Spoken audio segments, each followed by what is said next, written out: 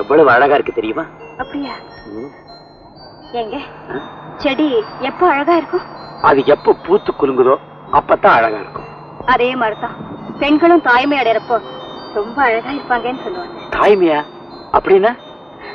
அப்படின்னா நீங்க அப்பா வர போறீங்க. பொன்னி, பொன்னி, என் குடும்பத்துக்கு ஒரு வாரிசு இல்லையேன்னு நான் எவ்வளவு கவலைப்பட்டு இருந்தேன் தெரியுமா? என் மனக்கவலையை போக்கி என் மனசுல சந்தோஷம் பொங்க வச்ச பொன்னி. பொன்னி, ஏன் இப்படி தடுமாறுற? நானா தடுமாறுறேன்? என்னால முடியலைங்க. ஆமா ஆமா, வயத்துக்குள்ள இருக்கிறது ஆளா இருந்தா தைரியமா இருப்ப. அது பொண்ணாச்சே, நடுங்குற. போங்க, எனக்கு புள்ளதான் வேணும். எனக்கு பொண்ணுதான் வேணும். புள்ளதான். பொண்ணுதான். புள்ள. பொண்ணு இல்ல. நமக்குள்ள எதுக்கா வம்பு? ஒரு ஆணு ஒரு பொண்ணு ரெட்ட குழந்தையாவே பெத்துக்க. வாங்க, ஆசைய பாரு. வரல விட்டு ஆட்டுறோம். குமார் பையன் நமக்கு தண்ணி காமிக்கிறானே. தண்ணி காட்டி இருந்தாலும் பரவாயில்லையா, மலையையும் பாறையையும் காட்டுறானையா? காட்டட்டும் காட்டட்டும், எத்தனை நாளைக்கு காட்ட போறான்?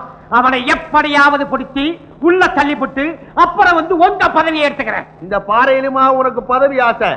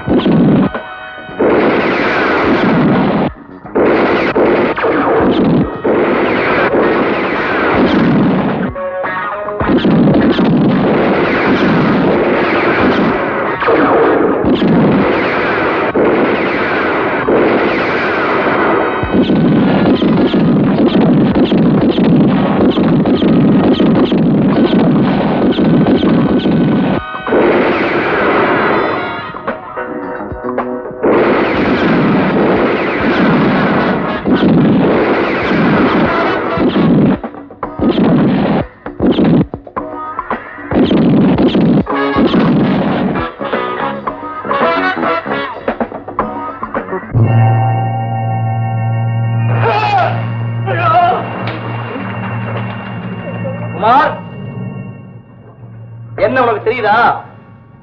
நான் தான் இன்ஸ்பெக்டர் சரவணன். சூழ்ச்சியாதான் வெல்ல முடியும்னு சொல்லுவாங்க. அதனாலதான் இந்த வேஷத்துல நான் அரெஸ்ட் பண்ணேன். நீங்களா சார்? சாரி சார், மாறு வேஷத்துல உங்களை அடையாளம் கண்டுபிடிக்கவே முடியல. இந்த பாவிங்க எங்க காலை வெட்டி குருமா வைக்கிறானுங்களோ, கைய வெட்டி கைமா போடுறாங்களோன்னு அப்படின்னு பயந்துட்டோம் சார். ஆமா சார். குமார், பொன்னிக்கு குழந்தை பிறந்திருக்கு, அதுவும் செத்து பிறந்திருக்கப்பா.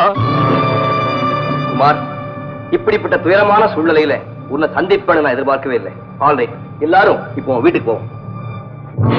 மகனை பார்க்க வந்திருக்கீங்களா?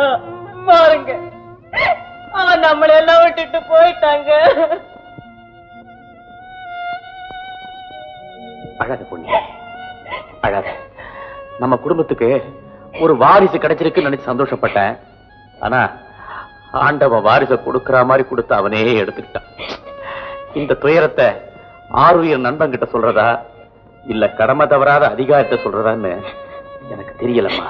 குமார், நண்பனா இருந்தாலும் அதிகாரியா இருந்தாலும் அவங்களும் பாசத்துக்கு கட்டுப்பட்டவங்க தான். எந்த நேரத்துல எது நடக்கணுமோ அது நடந்தே தீரும். அது ஆண்டவன் கட்டளை. கான்ஸ்டபிள், கொஞ்சம் பொறு, செய்ய வேண்டிய சடங்கெல்லாம் முடியட்டும்.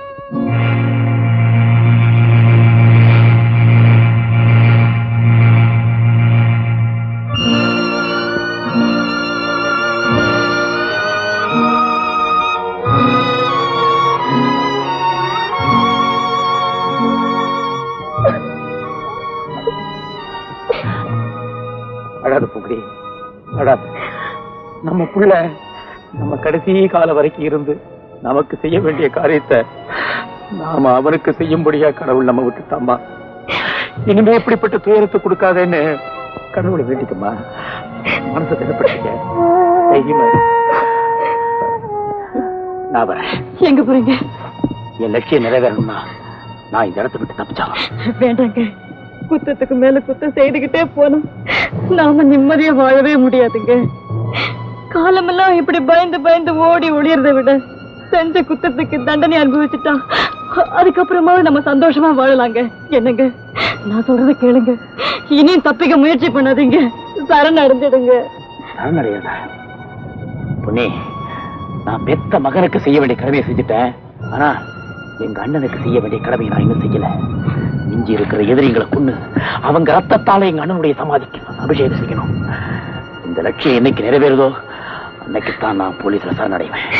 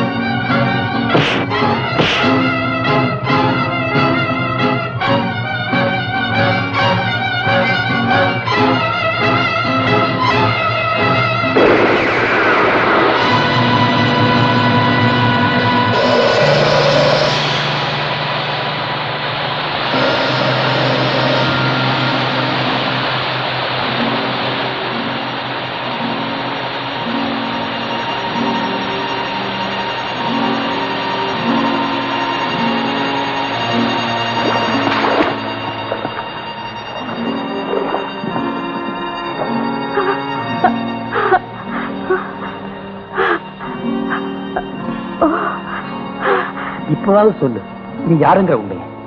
சொல்றேங்க, சொல்றேன். என் பேரு கற்பகம். புலிக்குடிவனம் தான் எனக்கு சொந்தமான ஊரு. அங்கே எங்க அப்பா அம்மா தங்கச்சியோட சந்தோஷமா வாழ்ந்துகிட்டு இருந்தேன்னா, ஒரு நாள் அந்த பணக்கார நாகலிங்கம் என் மானத்தையே பறிச்சிட்டான். இந்த அக்கிரமத்துக்கும் அநியாயத்துக்கும் முடிவு கட்டிட்டு தான் சாவேங்கிற சபதத்தோட எங்க வீட்டை விட்டே வெளியேறிட்டேன். அதுக்கப்புறம் அந்த ஊர்ல தலை நிமிர்ந்து வாழ முடியாம என் தங்கச்சியோட எங்க அப்பாவும் அந்த ஊரை விட்டே போயிட்டாரு. இப்போ அவங்க எங்க இருக்காங்கன்னு உனக்கு தெரியுமா? தெரியுமுங்க. உங்களோட வாழ்ந்துகிட்டு இருக்காளே பொன்னி, அவ என் தங்கச்சிங்க. பொன்னி உன் தங்கச்சியா?